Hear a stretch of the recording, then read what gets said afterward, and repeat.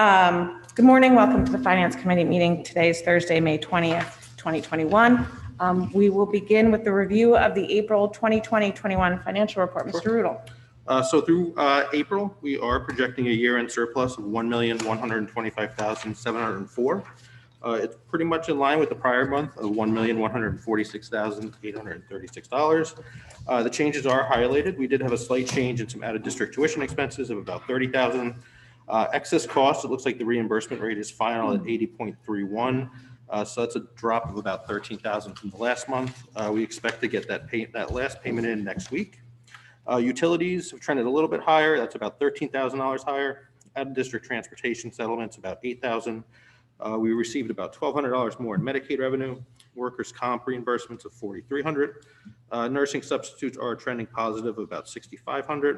Regular transportation, we did have a remote week in April after spring break, and so that saved a little over $9,000. District legal fees do continue to trend lower in the last quarter, so that's about $24,000 from the previous month. Materials, equipment, and travel is about $15,000. We do have some salary savings from some athletic stipends, a special education central services secretary, and some paraprofessionals for about $34,000. Additional savings in athletic transportation of about $25,000. We have made the decision to cancel the weekend cleaning starting in June. That's saving about $16,750. There will be some transfers recommended, which include covering the food service deficit due to the remote week in April. The change from quarantine from 10 days to 7 days plus contact tracing for $22,500. Additional funds for the director of nursing. A small change in technology equipment, and then salary savings for the lunch monitors due to the remote week in April. The ESSER grant has been received, and we have applied it to 3 elementary teachers, a technician, some facility improvements, PPEs, and technology. Overall, the general education RCs are showing a positive $468,171. Special education RCs are forecasting a positive $759,906, with the majority of that being the additional excess cost money. And then reopening expenditures needing $102,374. Going through the RCs, there really is no change in Darien High School.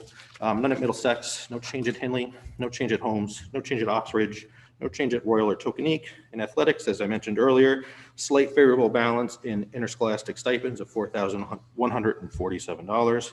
And then transportation continues to trend favorably by $65,100. And that's a combination of a shortened winter season and then just less routes than a typical year.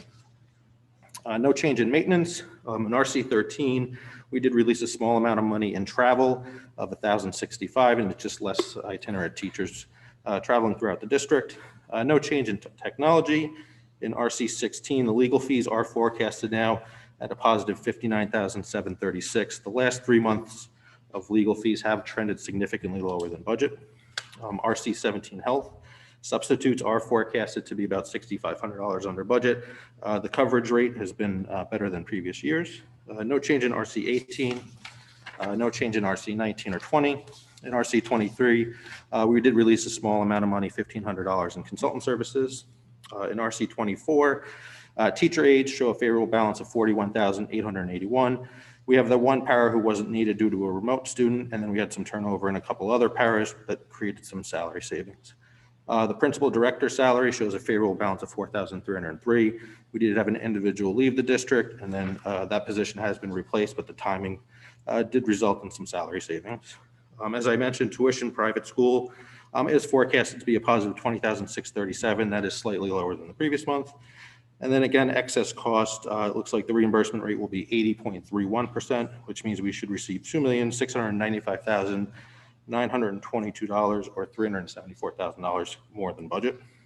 RC 25, regular transportation, as we mentioned last meeting, we did have the remote week in April after spring break, so that did lead to some additional savings.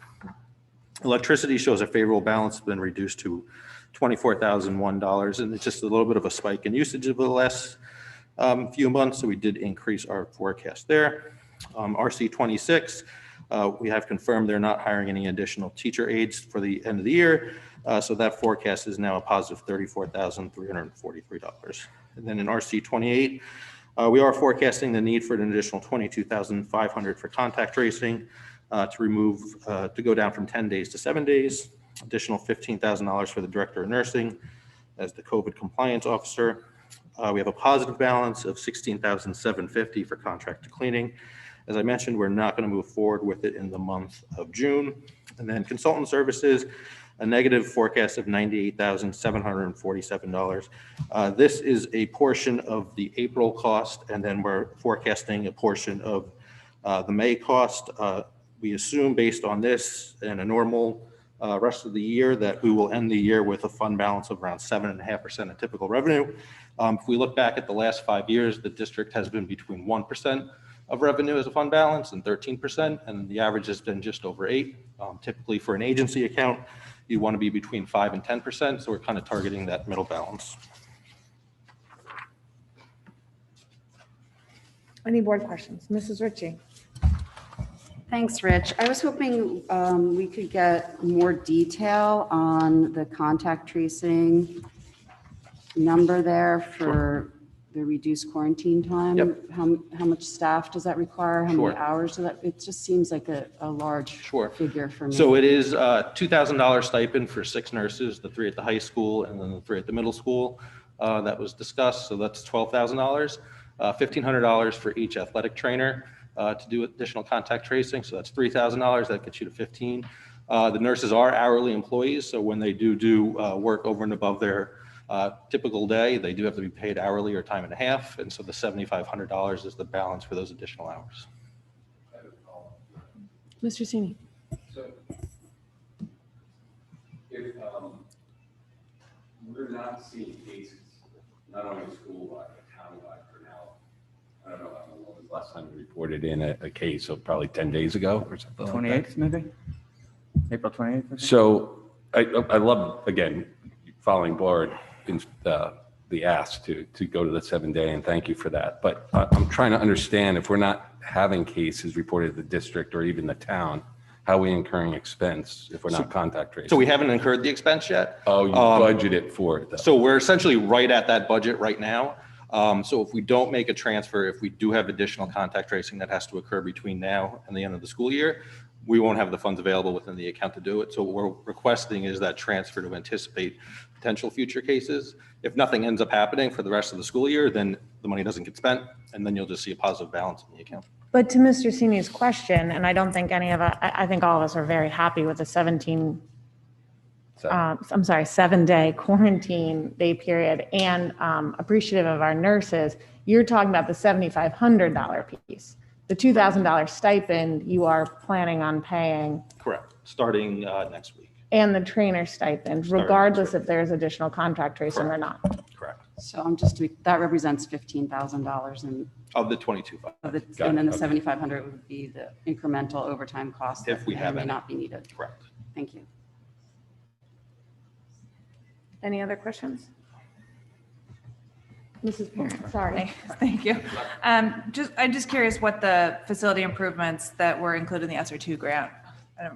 So it was part of it was plexiglass, some Right. of it was Okay. ventilation. And So none of that was repairs. previous capital items that we No. know. So we did a repair and do some maintenance on Okay. some. exhaust Thank you. fans. And Nope, go ahead, Mrs. Parent. do you think that the legal fees, the downward trend will continue? I think for the rest of the year, barring anything unforeseen, probably. We are holding about $20,000 a month going forward. The last couple of months have been between $4,000 and $7,000. So if the next month holds at that $4,000 to $7,000, you'll probably see this balance decline or increase in terms of favorable forecasts. Okay, thanks. So to that question, where are we, has special ed reported in, where are they with their expected PPTs? Because I imagine our schedule is delayed on PPTs just because of COVID. So PPTs are ongoing currently. Shirley's been having them for probably the last month. We do encumber and we do account for items that we expect to occur. So one of the adjustments here, for example, for tuition, we had earmarked a certain amount of money for a number of students. Those numbers changed a little bit, some positive, some negative. So while you don't get hit with the whole amount, we just have slight adjustments which cause that. So also with legal, you've predicted. Yep. As best you can. As best we can. Yep. Okay. I saw their hands. I'm sorry, Mrs. Ritchie. So I just wanted to go to the ELP, the ELP figure. So I just, it sounds like more students have dropped out of the program. Is that common at this point of the year, or is it more driven by COVID? I don't know if it was driven by COVID or just students leaving the area, but we did have a couple of students that we mentioned in the last month that did withdraw.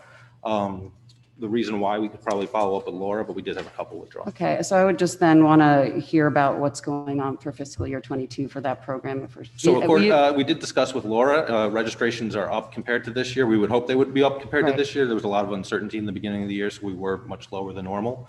But as of right now, they're up. Okay, so at some point it would be great, to get a more detailed update on that. Thank you. I saw Mr. Rossini's hand, I thought. Sarah got my question. Okay.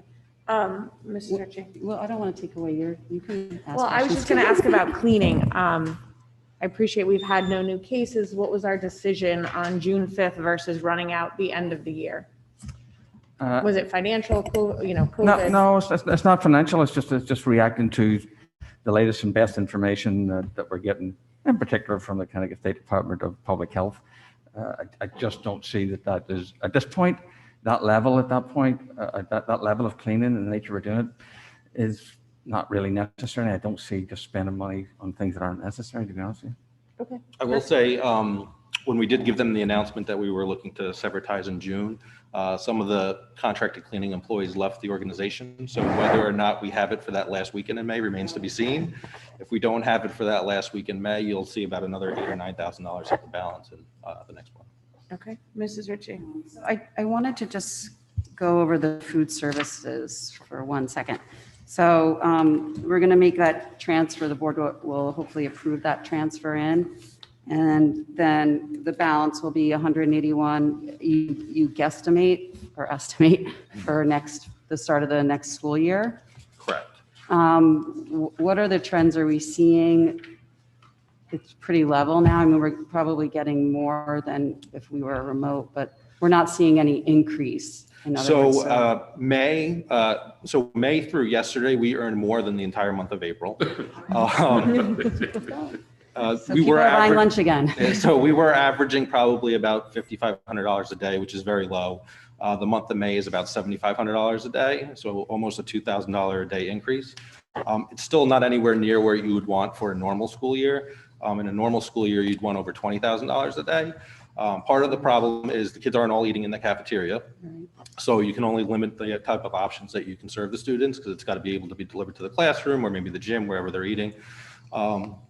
You also don't have all the kids coming through the cafeteria where they might end up grabbing a couple extra items here or there. But we've definitely seen an uptick in the amount of purchasing. What really hurt us in the month of April, obviously we had a week of remote school. We had spring break week, and then I think it was April 5th, we had the 2 secondary schools and then Royal that were remote. That's right. So you essentially almost lost an entire month of sales. But the month of May has been very, very good. Almost every day we see a new record being set for the number of sales at the high school, middle school. We had one at Oxford's the other day. We had a record. So it's definitely trending in the right direction. But June is also probably not going to be a good month because it's half a month of school. But May has definitely been the best month we've had. So we're seeing somewhat of a normalization, not back to what a definitely getting typical month would look like. It's definitely but getting better. I guess at some point we should hear what the plan is in terms of operations for the food services for the start of the school year. Are we going to hopefully go back to a more normal food service? At this point, we're not I doing guess it's sort of tied to this conversation. I will say with the food service that I feel fortunate that we did actually, sorry, coming back to this current, I feel fortunate that we actually did acquire the services before all this happened because they've been very responsive. I will say just random sample, this just myself talking to kids when I see them in the cafeteria, do you like the food service? That's been a resounding yes. I think we've still to see what they can actually do, but I just want to say too, they've been very responsive organizationally. There's nothing that they won't say no to or yes to. So they've done a great, I feel as they've done a great job for us, and we yet to see really what they can do because of the confinement and the disruptions. But to answer your question, as I've mentioned at the board meeting last week, Sorry. that's okay. As I mentioned at the last board meeting, intend to fully open in as normal a situation as I can, which at this point would include a normal cafeteria environment. At this point, I'm not planning to spill over to gymnasiums. Okay, great. And can you just speak a little bit to why we keep this at about 7.5%? I mean, I Sure. know it's our average, but if people are wondering why we're transferring large amounts of money into this account. So it is an agency account. It's intended to be self-sufficient. So typically you see a large cash draw in the month of August because you're buying all that food, you're getting ready to prep the kitchens. So you usually have a negative balance to start the year because kids haven't come in yet, they haven't started buying. Additionally, you want to have a little bit of money in case a large piece of equipment fails, whether it's a refrigerator or a stove or something like that, because you don't want to actually interrupt operations. Really, the last thing we want to get to in a normal year is where the operating budget has to subsidize the food service budget. We do see that in districts like Greenwich, for example. They've had to subsidize their food service operation for a number of years. So having that 7.5% gives you the ability, A, to cover that cash draw in the beginning of the year, but also in case you have any unintended failures of equipment, that you're not going to have a hiccup in terms of serving the students. We have the program prior to moving to Chartwell, as well as trending towards a negative financial result. It was one of the reasons why we decided to change. I think going into next year, we've talked about having additional sources of revenue go in. They've done some catering. They've done some catering for PD days, for example, and it looks like they'll probably take over the pavilion by Darien High School, by the football field, by the stadium field. Their hope is to kind of turn it into some offerings that you would see at like a professional sports event, whether it's like Yankee Stadium or Citi Field. So they're trying to come up with some creative venues for that. Hopefully not at their prices, but Yeah. So just one more question on that. That's okay. Typically, we do carry a higher balance, so I just want to make sure you're comfortable with that number starting off the school year, given the fact that the kitchens probably haven't been as fully utilized as they normally would be. Yep. So I just want to make sure you're comfortable with that, because I do, as I look back at the prior years, it does seem we usually have a much higher balance to start the school year. So in fiscal 16, you actually had a low of $37,000 as a fund balance. So it's just over 1% of typical sales, which would be very low and certainly not something you'd want to carry. You've been as high as 300,000 of sales. How high was that percentage-wise? 13%. So So you're right in the middle. you're kind of right in the middle. So at 180,000, you're more than secure, providing any type of catastrophe like schools shutting down for the year or something like that. But at 7.5%, you should be good. Great, thank you. All right, any more board questions? I do. Oh, Mrs. Ritchie. I just wanted to go over to the account reconciliation page, and I just was hoping you could give us a little more detail on that movement of $25,000 related to, I guess, contracted PT. Is that something we should be concerned about? Because Nope. it seems like a large dollar amount. No concerns. It's really just a shift in terms of where they needed their resources.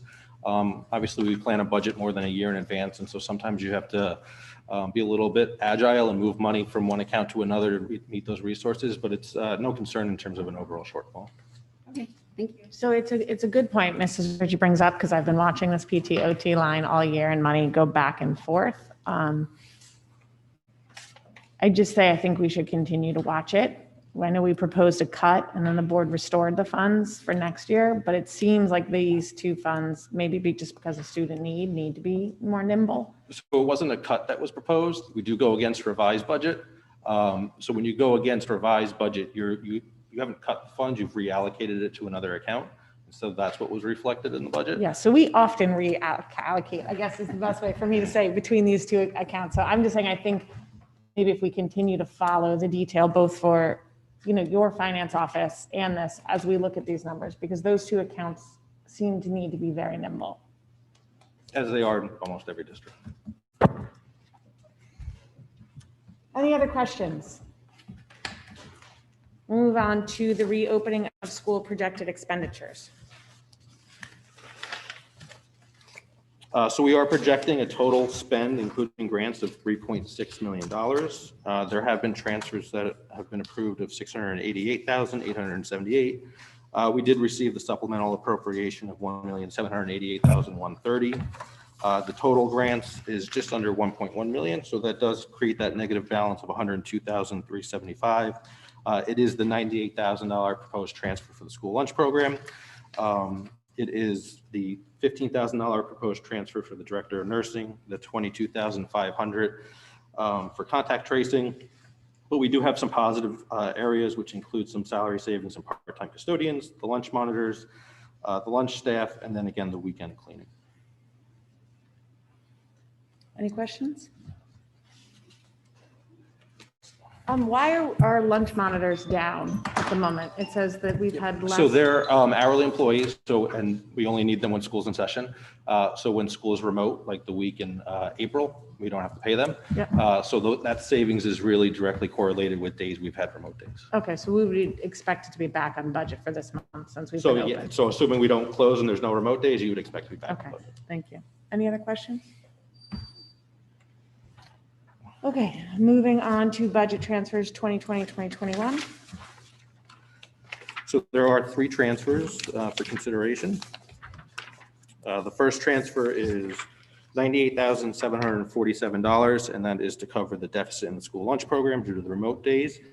We are recommending taking it from savings that were generated due to COVID, which includes interscholastic transportation for $65,100, interscholastic officials for $25,970, and then regular transportation for $7,677.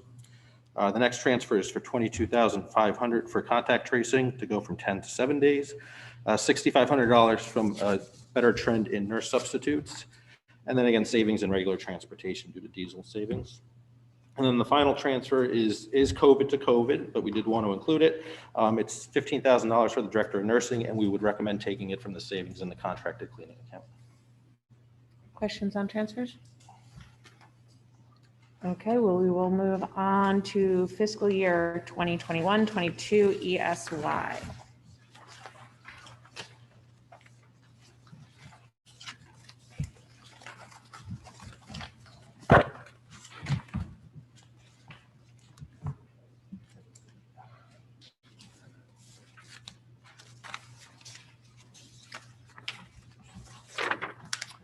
So as Shirley mentioned at the last board meeting, we have an increased number of students who are planning to attend ESY. To give some background, the budget for next year for ESY is set at $1,063,635, plus an additional $141,220 for transportation. The increase in the budget was primarily due to the number of days and then contractual increases for the different bargaining units. So ESY does begin June 28th, which means 3 days of ESY gets expensed into the current year at the fiscal year 21 rates, and then the balance of days gets expensed into fiscal 22 at the fiscal 22 rate. So when looking at the staff members, it looks like we will need 18 additional paraprofessionals, 3 additional teachers. However, it looks like there'll be 3 fewer psychologists and 3 fewer OT staff members. On net, we're anticipating this to be an increase of about $71,000. And then it looks like we will need an additional bus to accommodate some of those students, which we are anticipating being about $14,000. In total, the increase would be about $85,000. Shirley did mention at the previous board meeting, the state has awarded us a grant for ESY of $20,000, which can be used to offset the costs associated with ESY. So netting that $20,000 against the 85 would bring us down to about $65,000. So we are anticipating potentially recommending that $65,000 of additional money go to the American Rescue Grant, which would satisfy a portion of the 20% threshold for learning loss. Questions? Mrs. Ritchie? Just so I'm clear, some of the expenses will be in fiscal year 21, even though it's not, do we prorate that? So in other words, like basically do an income statement for each of those days, and Yep. would there be any transfer then related to those days that are in fiscal year 21? So because it doesn't start after July 1st, we do have to expense a portion of that this year because there's different contractual rates given on the year. So we do track it day by day. So it will go in those accounts that I mentioned. We're not anticipating having to do any adjustment into that account. The ESY that occurred last year, which was virtual, was slightly less than we expected. So you have some savings there, which factor into this budget, which will help offset some of the costs this year. So are all of our PPTs as related to ESY that we can predict completed at this point? That I don't know for sure. Okay. I know we're on track. If it's the same answer, it may not be the same answer. Depending on the nature of the question, are they all done for the year? I know we're on track, whatever that schedule is So usually. behind my question is, if we had more students identified, we would just need to plan for additional expenses. So when, I'm sorry to jump in, but when would we have those final numbers of participants? Anywhere up to June 27th, I think. Pretty much. Yeah. Right? Yeah. And so we have 111 additional students, which gives us how many students total in ESY? Like 360, About that. 369, 370, or 369 or something. And so if Assuming we- they all come. And so roughly, if my numbers are still correct, we have about 4,000 students in special education. So 300, like, I'm just trying to figure out our percentage, I mean, sorry, not $4,000, 4,000, I can't speak, I'm sorry. Yeah, what I'm looking for is our percentage of special education students that are participating in ESY. You're basically trying to get a trend relative to other years, if we're on track, ahead, or. Yes, and we're clearly ahead, You're which is ahead. fine, but in terms of recovery service, that's exactly what I'm looking for. Thank you, Mr. Sini. Any other questions on ESY? Before I have a few more. And I guess to Alan's point, you know, through this point, you're running on budget, if you will, Yes, based on yes. what you're seeing. So now you're just forecasting whatever percentage is left in the assessments. Okay. So 2 questions. Why would we do why this bucket for the American Rescue Grant? So one of the preferred items of the American Rescue Grant is summer school or ESY or summer enrichment. So it does satisfy one of the primary target areas of the grant. Okay, and do we have any concerns, or do we feel like we will have enough support should we identify more recovery services through September, October, and November?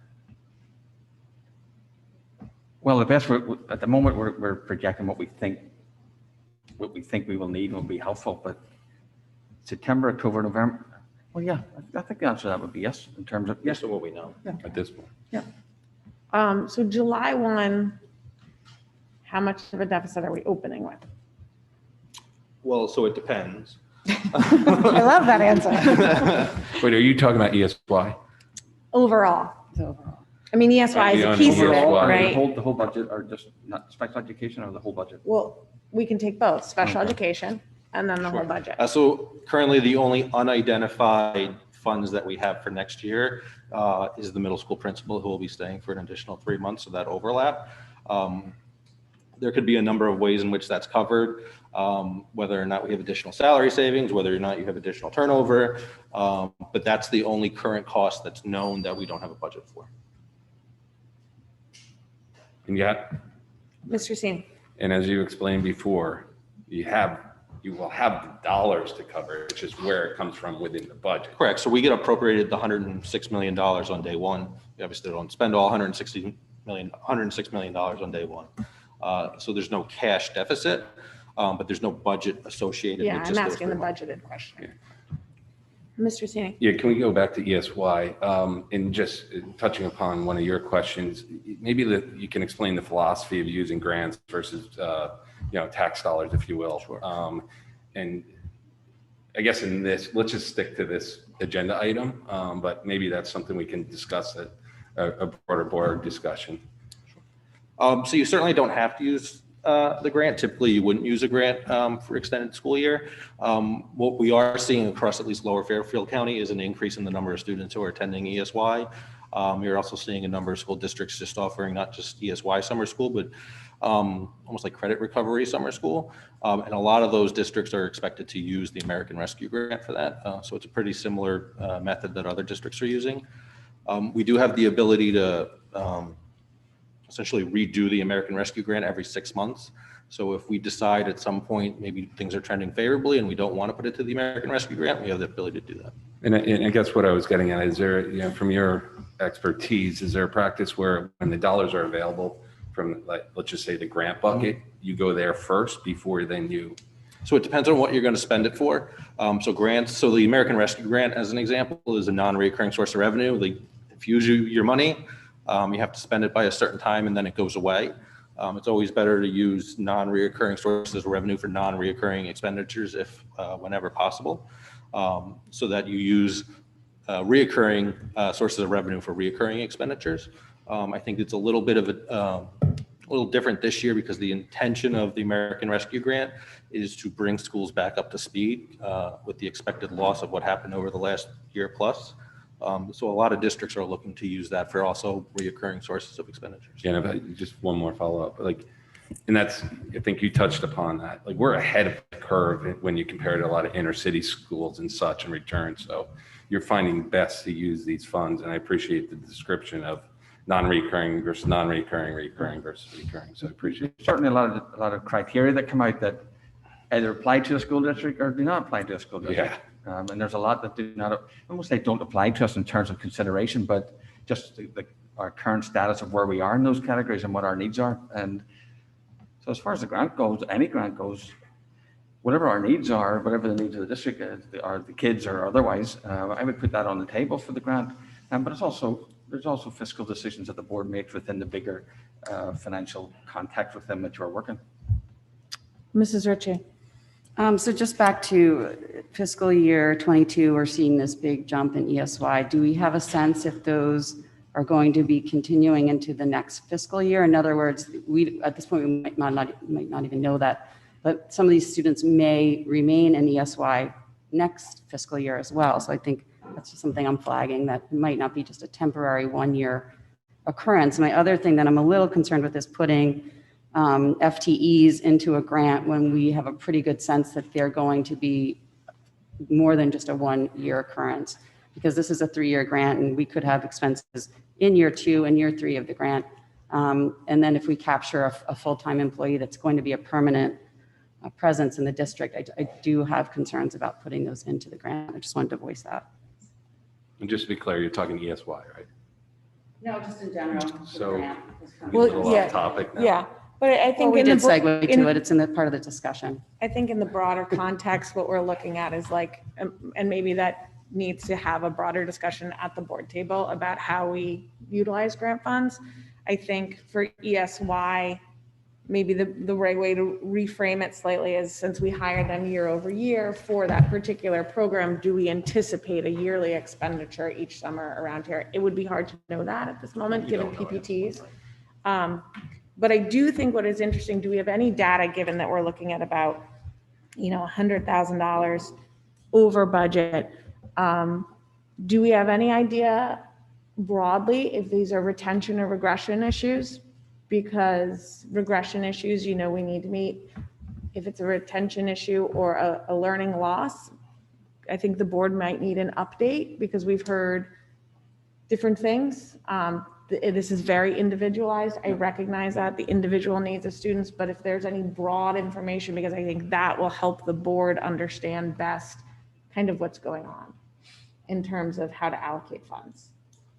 If we see that there are maybe pockets of learning loss, that would help us plan, or there are larger groups we can identify. If this is just a matter of retention and not wanting kids out of a school setting again, that might be very different. So maybe if you or Shirley could speak to the board about that, that would help us plan financially and decide whether these are reoccurring or non-reoccurring expenses, and then best know how to expend money surrounding it. Again, are we talking ESY? I just want to Yes, make sure. ESY.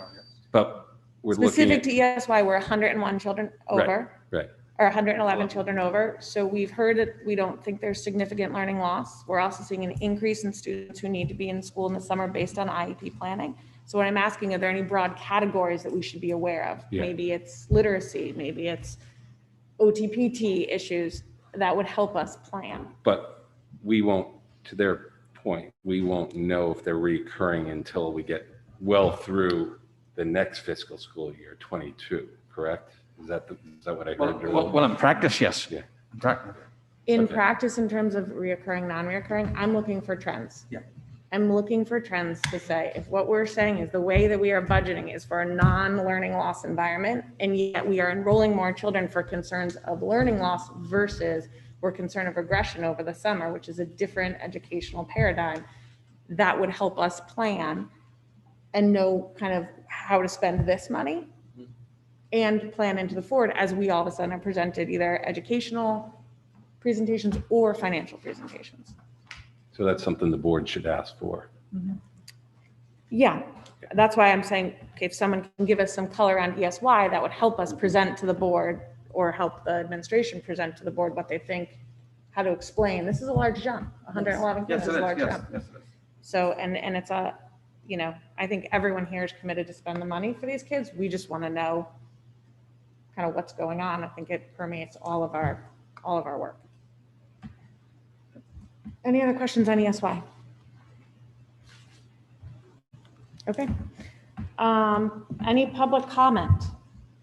Good morning. If you would like to speak during public comment, please click the participant's icon on the bottom of your Zoom screen.